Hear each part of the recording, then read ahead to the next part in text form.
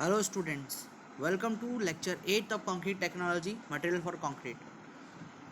हमने कल डिस्कस किया था कि केमिकल कंपोजिशन और हाइड्रेशन के बारे में सीमेंट के जो केमिकल कंपोजिशन में हमने पढ़ा था भाई, लॉस ऑफ इग्निशन, फिर क्या बोलते हैं रेसिड्यू, इनसॉल्युबल रेसिड्यू, फिर lime and alumina and magnesium के बारे में कि ये चारों की चीज़ कितने इंपॉर्टेंट है एक सीमेंट के अंदर और हीट ऑफ हाइड्रेशन के लिए कितनी इंपॉर्टेंट है। एक हीट ऑफ हाइड्रेशन सीमेंट के अंदर वो जो ऊर्जा उसकी होती है उसके लिए वो कितने इंपॉर्टेंस है, ये सारे केमिकल कंपोजिशन ये हमने कल पढ़ लिया था। आज हम केमिस्ट्री पढ़ेंगे हीट ऑफ हाइड्रेशन की, किस किस तरीके से हीट ऑफ हाइड्रेशन जनरेट होता है, कौन से कंपोनेंट वाटर से रिएक्ट करते हैं तो हीट ऑफ हाइड्रेशन जनरेट होता है, उसके बारे में आज हम थोड़ा जानेंगे। तो ठीक है,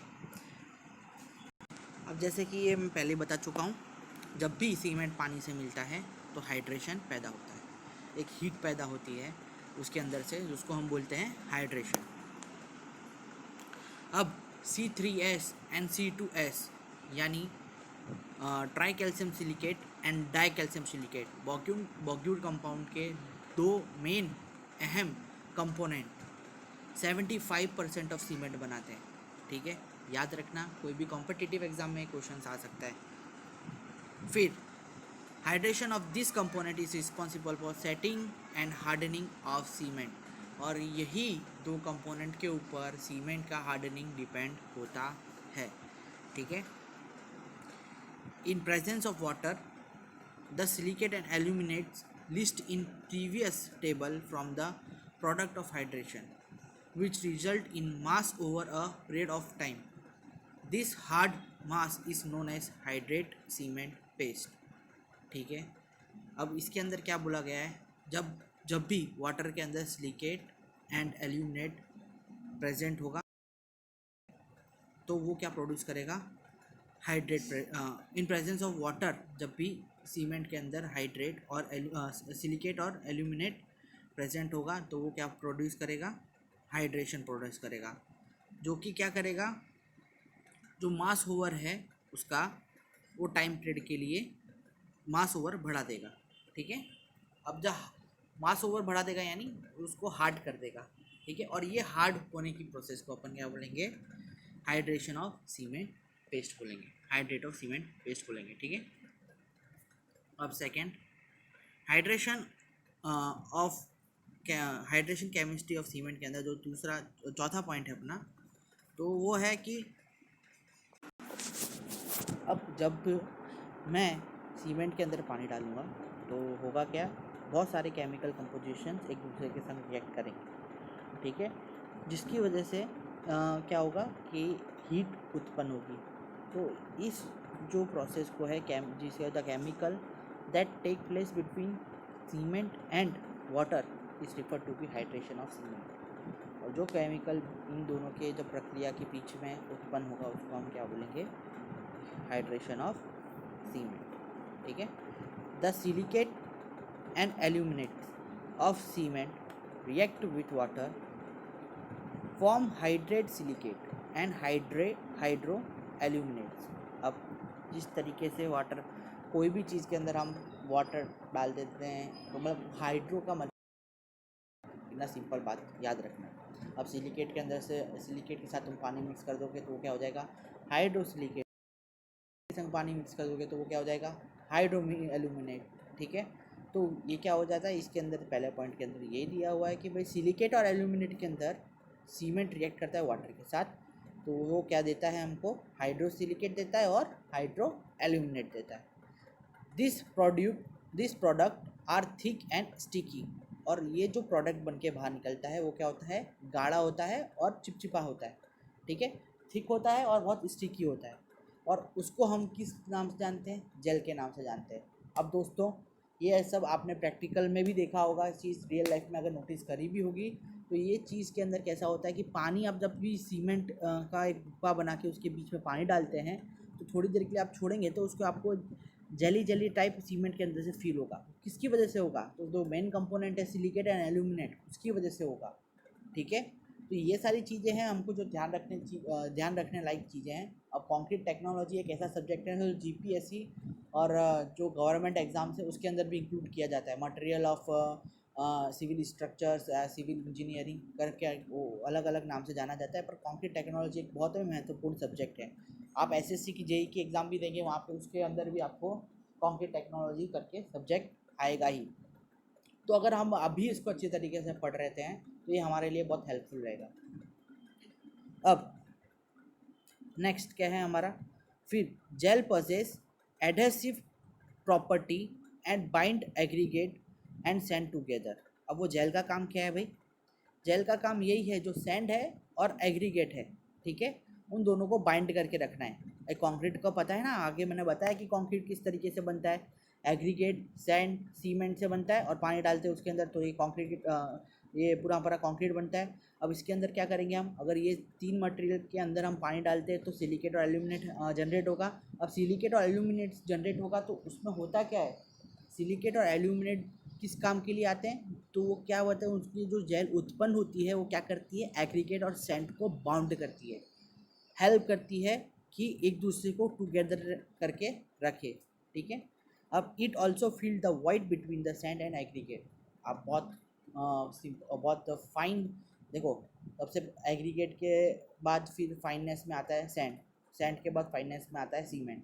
तो सीमेंट क्या करेगा, ऑटोमेटिकली क्या करेगा, वाइट फील करेगा, और उससे भी फाइननेस में आ जाता है वाटर।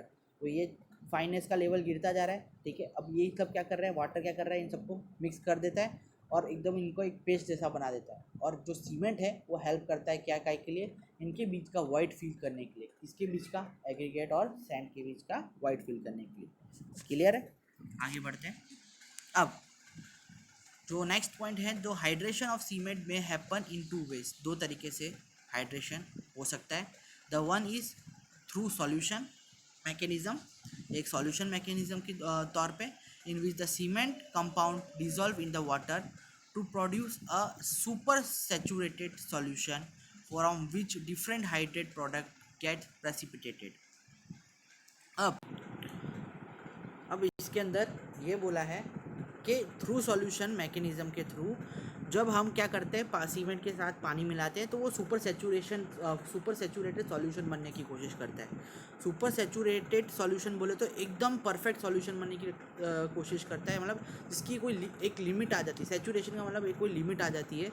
अब वो क्या करता है, सुपर सैचुरेशन सॉल्यूशन जिसके वो क्या करता है, अंदर ही अंदर जो कंपाउंड है उसके संग हाइड्रेट प्रेसिपिटेशन यानी इंटरेक्शन करता है। हाइड्रो मतलब जैसे पानी डालेंगे कोई दूसरे कंपाउंड के संग, लाइन के संग सैचुरेट करेगा अपने आप को और एक अच्छी प्रॉपर्टी देने की कोशिश करेगा।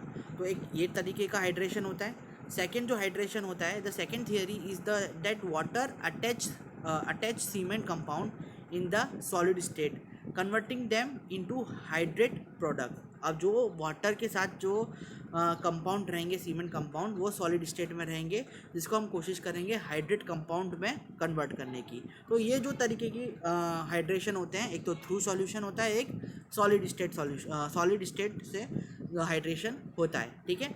It is probably that both through and solid state type of mechanism occur during the so called reaction between the cement and water. और दोनों कंपाउंड, सिंपल सी चीज़ है, हाइड्रेशन तभी पैदा होगा जब उसके अंदर वाटर मिक्स होगा, ठीक है।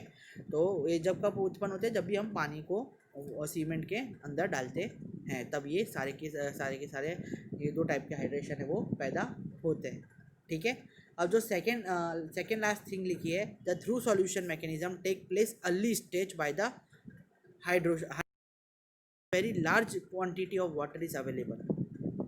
अब ये थ्रू सॉल्यूशन के अंदर बहुत अर्लीली बहुत जल्दी जो क्या बोलते हैं हाइड्रेशन है वो उत्पन्न हो जाता है और ज़्यादा क्वांटिटी में हमको वाटर चाहिए होता है। पर सॉलिड स्टेट के अंदर ऐसा नहीं होता है। सॉलिड स्टेट के अंदर हमको क्या लेटर में हाइड्रेशन मिलता है, ठीक है। अब ये पूरा का पूरा एक चार्ट दिया है जिसके अंदर हमको बताया कि भाई किस तरीके से हाइड्रेशन प्रोड्यूस होता है। तो सबसे पहले रॉ मटेरियल के अंदर मैंने जैसे आपको पहले ही बताया, सीमेंट के दो तरीके के रॉ मटेरियल होते हैं, एक तो कैलोरियस मटेरियल होता है और एग्रिलियस मटेरियल होता है, ठीक है। कैलोरियस मटेरियल के अंदर लाइमस्टोन और चॉक आ जाता है और एग्रिलियस मटेरियल के अंदर क्ले और शेल आ जाता है, ठीक है।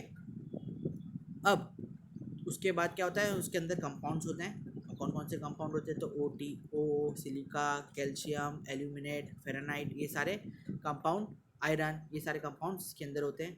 ठीक है। फिर कंपोनेंट विथ ऑक्साइड, मतलब calcium oxide, di silicate oxide, फिर एल्यूमिनेट और फिर आयरन फेरोक्साइड, इन सब के साथ ये क्या होता है, कंपाउंड ऑक्साइड बर्न करता है, क्लिंकर बनता है। ठीक है। फिर वो ये सब बर्न होने के बाद लाइम और इन सब कंपाउंड के अंदर, कंपाउंड ऑक्साइड के अंदर लाइम भी होता है। फिर इन सब चीज़ बर्न होने के बाद क्या बनता है, ये बॉग्यू कंपाउंड मिलता है। ट्राई कैल्शियम सिलिकेट बना, डाई कैल्शियम सिलिकेट मिला, ट्राई कैल्शियम एल्यूमिनेट मिला, फिर टेट्रा एल्यूमिनेट फेरानाइट बना। ठीक है। फिर उसको ग्राइंडर क्लिंकर के अंदर भरा जाता है, वो पोर्टलैंड सीमेंट बनता है। फिर various type of Portland cement अलग अलग हाइड्रेशन प्रोड्यूस करते हैं। ये पूरा का पूरा उसके अंदर एक चार्ट की अंदर एक स्कीम बताई है। ठीक है। बहुत सिंपल स्कीम में गो थ्रू करना इसके अंदर। अब जो हमारा सेकेंड है, hydration of tri calcium silicate, किस तरीके से हाइड्रेशन होता है ट्राई कैल्शियम सिलिकेट।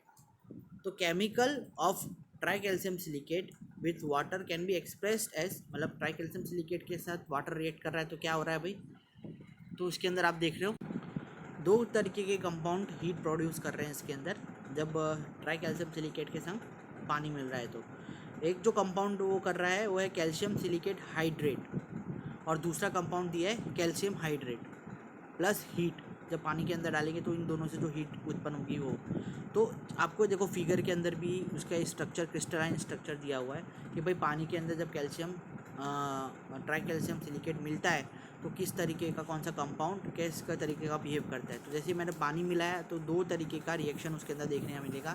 पहला जो रिएक्शन है वो कौन सा है, कैल्शियम सिलिकेट हाइड्रेट, और दूसरा रिएक्शन है कैल्शियम हाइड्रेट। ठीक है। और ये दोनों क्या करते हैं, हीट उत्पन्न करते हैं। फिर सेकेंड,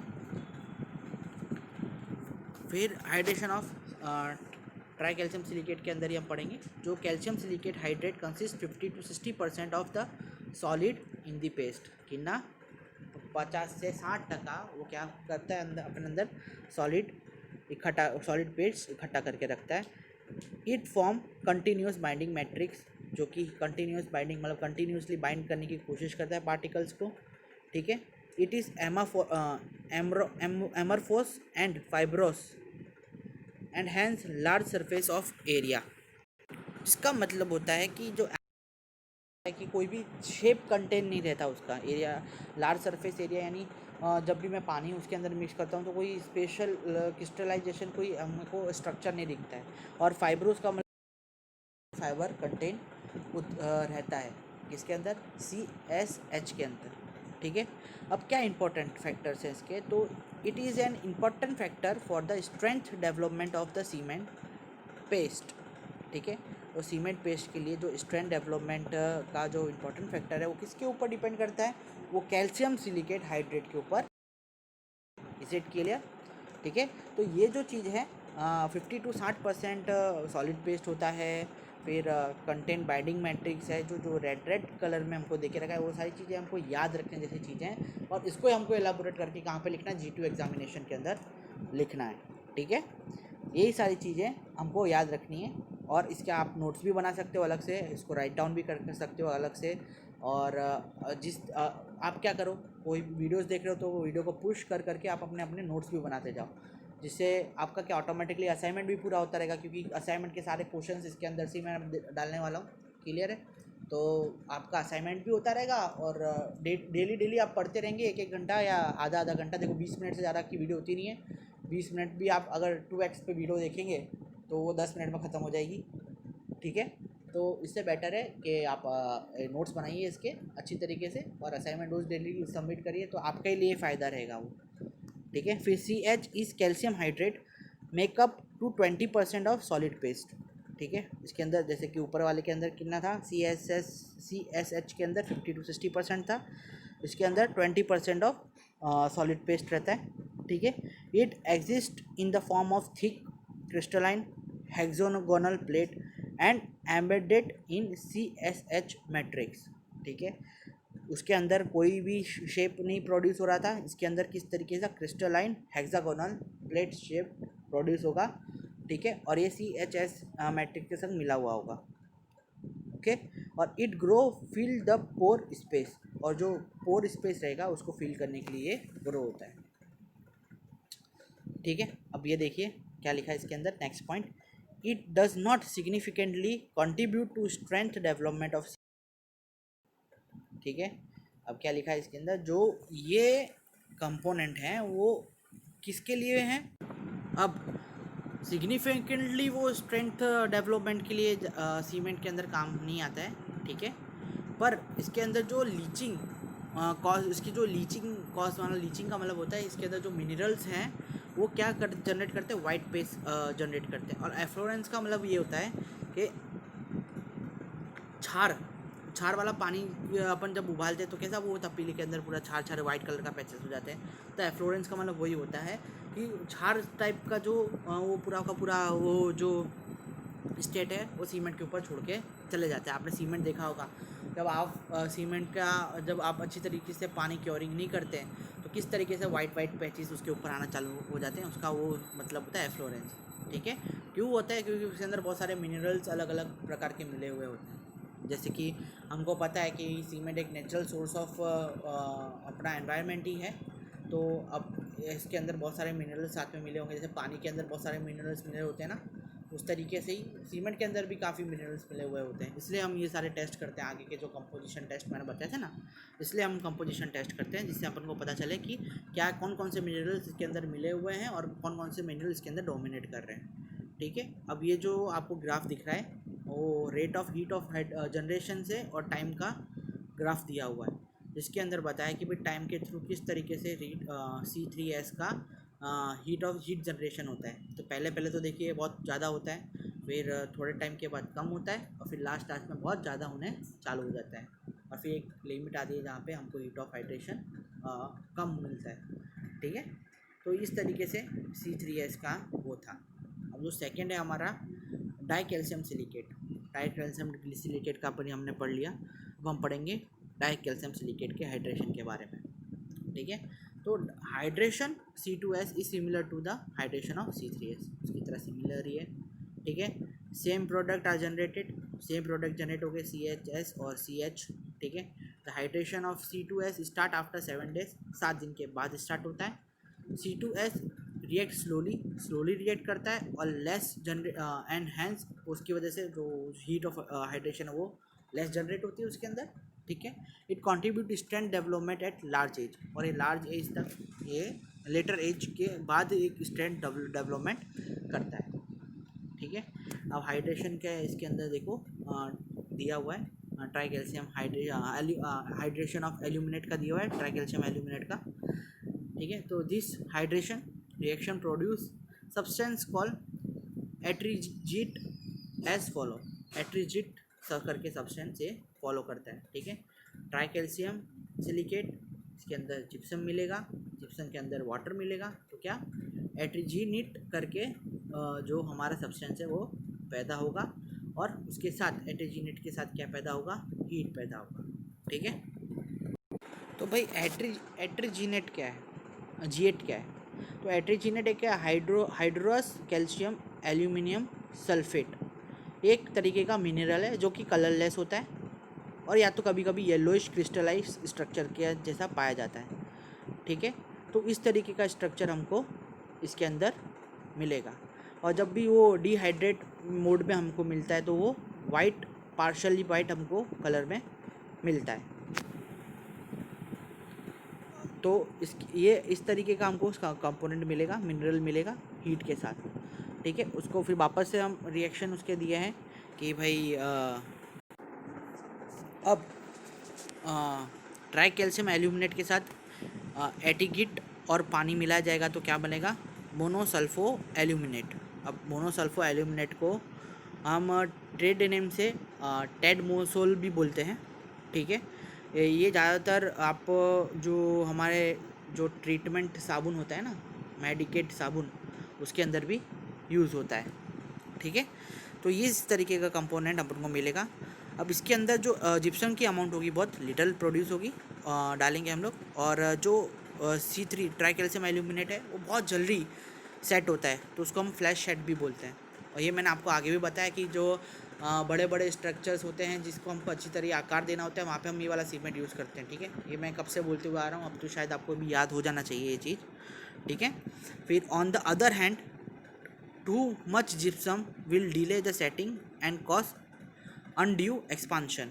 और अगर ज़्यादा अपन इसके अंदर जिप्सम डालेंगे, पहले हम कम जिप्सम डालेंगे तो फास्ट फ्लैश सेट रहेगा। अब ज़्यादा जिप्सम अगर हम इसके अंदर ऐड करते हैं तो क्या रहेगा, तो सेटिंग टाइम है वो डिले हो जाएगा। क्योंकि एल्यूमिनेट की प्रॉपर्टी कम हो जाएगी, अब जिप्सम की प्रॉपर्टी ज़्यादा हो जाएगी, उसकी वजह से क्या हो जाएगा, तो सेटलिंग टाइम है वो कम हो जाएगा और एक्सपांसन के चांसेस बढ़ जाएंगे। ठीक है, अब ये एटीगेट की आपको देख सकते हैं क्रिस्टलाइन स्ट्रक्चर बताया हुआ है, किस तरीके का क्रिस्टलाइन स्ट्रक्चर होता है। ठीक है, 10 to 20% ऑफ सॉलिड पेस्ट ये कंटेन करता है, ट्राइकैल्शियम सिलिकेट एल्यूमिनेट। ठीक है, it is a long cylinder and prismatic crystal and stable only presence of gypsum में ही ये स्टेबल रह सकता है, वरना ये long cylinder and prismatic crystalline structure अपन को देगा। ठीक है, and it play minor role in strength development but contribute considerably to durable. बहुत माइनर रोल स्ट्रेंथ डेवलपमेंट में ये देता है, पर ड्यूरेबल बहुत है। ठीक है, फिर हाइड्रेशन ऑफ ट्राइकैल्शियम एल्यूमिनेट के अंदर ही, और फिर आपने जो पढ़ा monosulpho aluminate is stable hydration product है, फेयरली क्रिस्टलाइन स्ट्रक्चर का होता है, जैसे कि आप नीचे देख सकते हैं फिगर के अंदर, irregular plate cluster like flower की तरह जो स्ट्रक्चर अपन वो दिखाई दे रहा है। Hence it is filled the pore and reform the aggregate in the presence of sulphate iron.